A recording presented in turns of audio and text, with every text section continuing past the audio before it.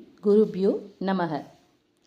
सर्वे भवन्तु सुखिनः, सर्वे सन्तु निरामया, सर्वे भद्राणि पश्यन्तु, मा कश्चित् दुःखभाग् भवेत्.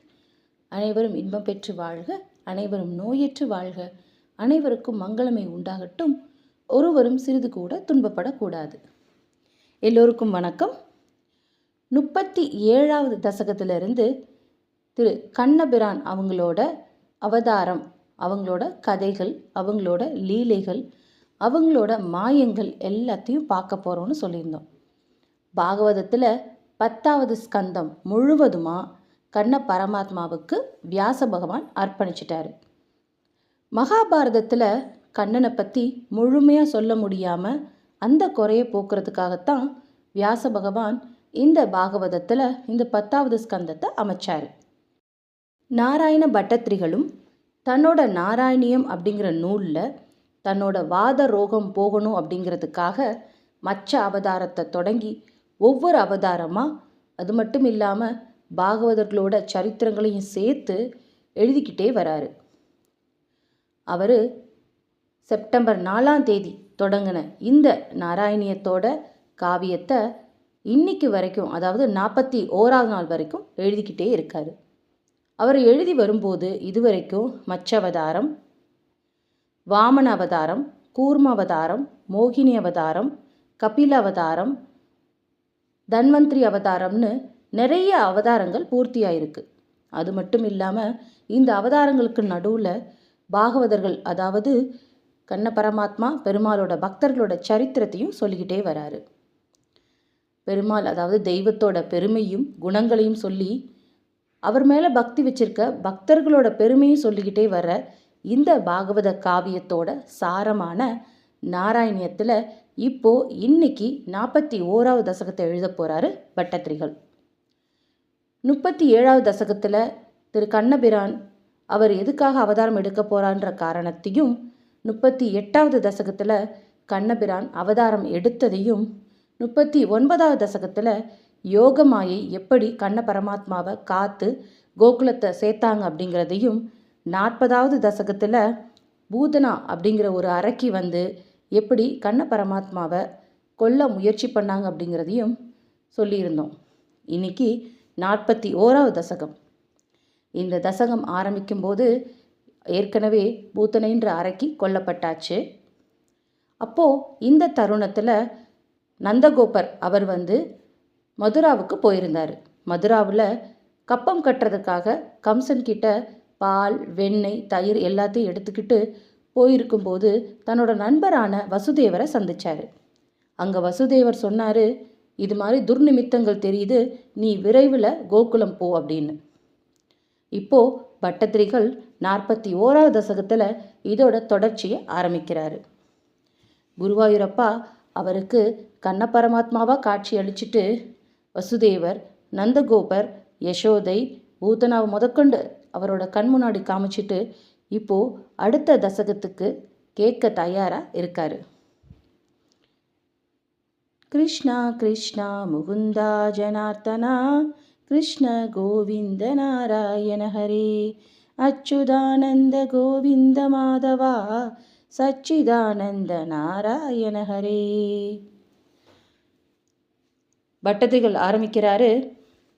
குருவாயூரப்பா வசுதேவரோட சொல்ல கேட்டு வழி நெடுக்க அச்சம் கொண்டு கோகுலத்துக்கு விரைந்து வர்றாரு நந்தகோபர்.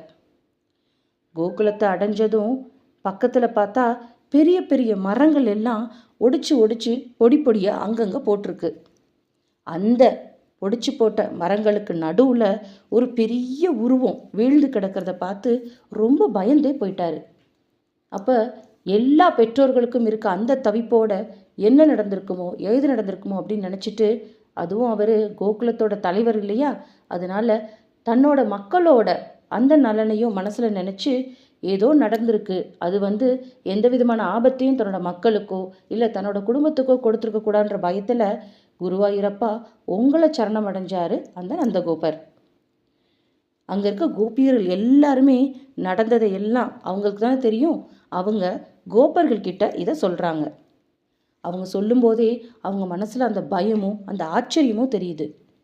அந்த பெரிய உருவத்தை பார்த்த அந்த பயம், அது மட்டும் இல்லை, அழகியாக வந்த அந்த பூத்தனை எப்படி இப்போ அரக்கியாக மாறி அவள் அந்த சின்ன குழந்தைய கையில் எடுத்து பாலூட்டும் போது ரொம்ப சத்தத்தோட கீழே விழுந்தா அப்படிங்கிற ஆச்சரியமும் அவங்க மனசில் இருந்தது.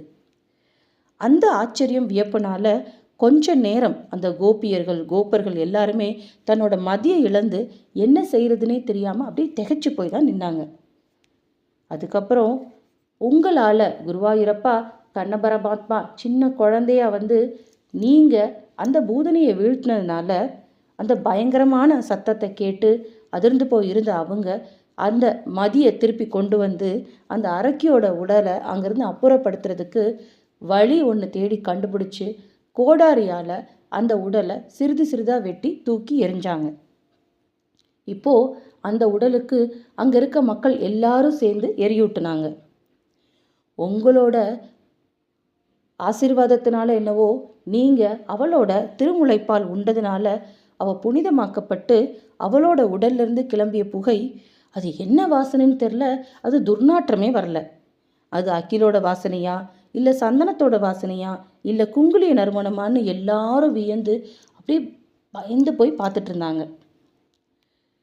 நீங்கள் என்ன சொல்ல வந்தீங்க அப்படின்னா, என்னுடைய திருமேனியை தீண்டுபவர்களுக்கு பயன் ரொம்ப தொலைவில் இல்லை, பக்கத்திலே இருக்குன்னு நீங்கள் அந்த கோபர்களுக்கும் காமிச்சிங்க போல.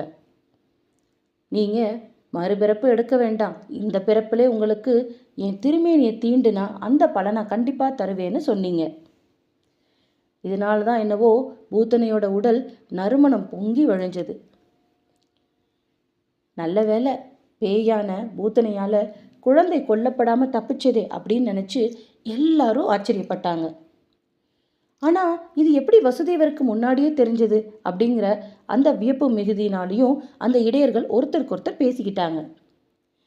இவ்வாறு பேசிக்கிட்ட அவங்க உங்களோட முகத்தை பார்த்ததும் அவங்க மனசில் அப்படி ஒரு சந்தோஷம் பொங்குச்சு. வாசுதேவரோட மகனாக இருந்ததுனால வசுதேவர் அப்படின்னு பேரிட்ட குருவாயூரப்பா, நீங்கள் இருக்கிறனாலோ என்னவோ அந்த கோகுலம் அப்படி முழுவதும் நாளுக்கு நாள் லக்ஷ்மி கடாட்சியமாக தெரிஞ்சது. கொஞ்சம் கூட குறைவில்லாமல் எல்லா விதமான நற்செயல்களும் நிறைய நடந்துக்கிட்டே இருந்தது. எல்லா பக்கம் மகிழ்ச்சின்ற வெள்ளம் மட்டும்தான் பொங்கி பெருகுச்சு. எல்லாரும், அதாவது ஆய்ச்சியர்கள் எல்லாரும் தன்னோட இல்லங்களில் உங்களை பற்றியே பேசிக்கிட்டு இருந்தாங்க.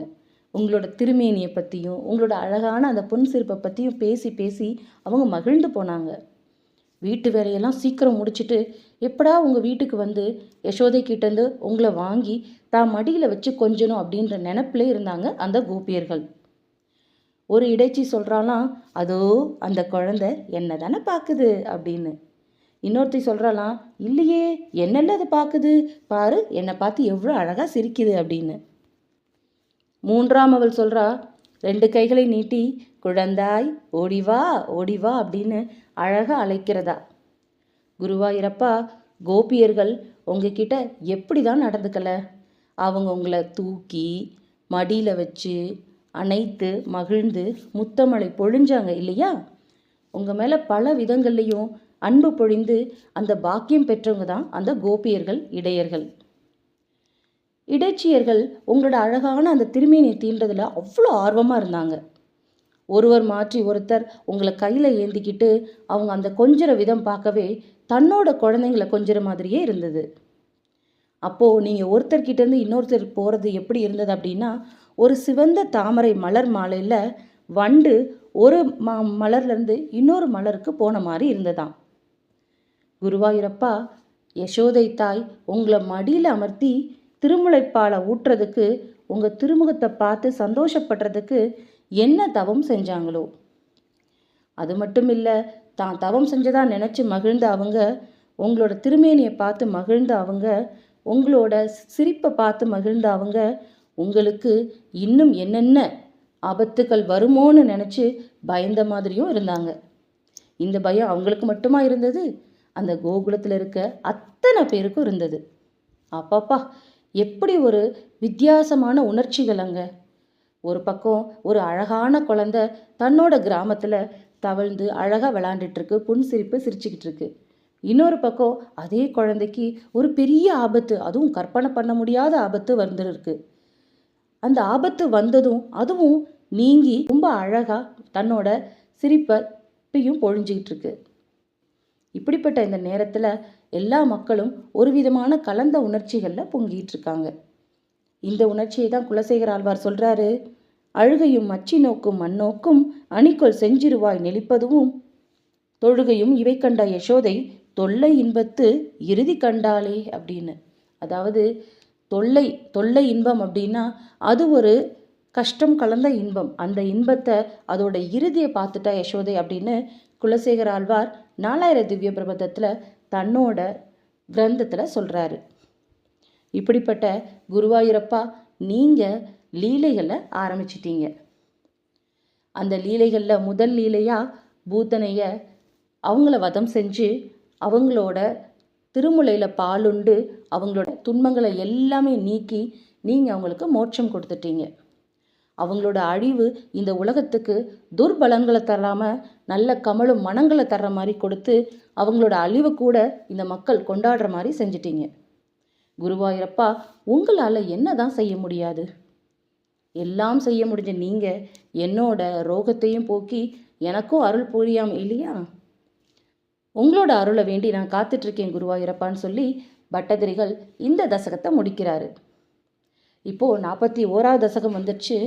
அவர் எப்படியாவது நம்ம நோயை குணப்படுத்த மாட்டாரான்ற ஆர்வத்தில் தான் தினமும் வந்து அந்த தசகங்களை, அதாவது ஸ்லோகங்களை எழுதுகிறாரு. ஆனால் குருவாயூரப்பா கண்டிப்பாக தன்னோட வேலை, அதாவது இந்த நாராயணியம்ன்ற நூல் முடிகிற வரைக்கும் அவரை குணப்படுத்துகிறதா இல்லை. அதனால இன்னும் தசகங்கள் போய்கிட்டே இருக்கும். நாம் வர்ற நாட்களில் பார்க்கலாம். இத்துடன் இந்த தசகம் முடியுது. ஸ்ரீ குருவாயூரப்பா சரணம். வசுதேவசுதம் தேவம் கம்சச்சானூர மர்தனம் தேவகி பரமானந்தம் கிருஷ்ணம் வந்தே ஜெகத்குரும். கிருஷ்ணாய வாசுதேவாய தேவகி நந்தனாய ச நந்தகோபகுமாராய கோவிந்தாய நமோ நமக. ஓம் சர்வம் ஸ்ரீ கிருஷ்ணார்ப்பணம் அஸ்து. காயேன வாச்சா மனுஷேந்திரியைவ புத்தியாத்மனா வா பிரகிருதே ஸ்வபாவாத் கரோமி யத்யத் சகலம் பரஸ்மை நாராயணேதி சமர்ப்பயாமி.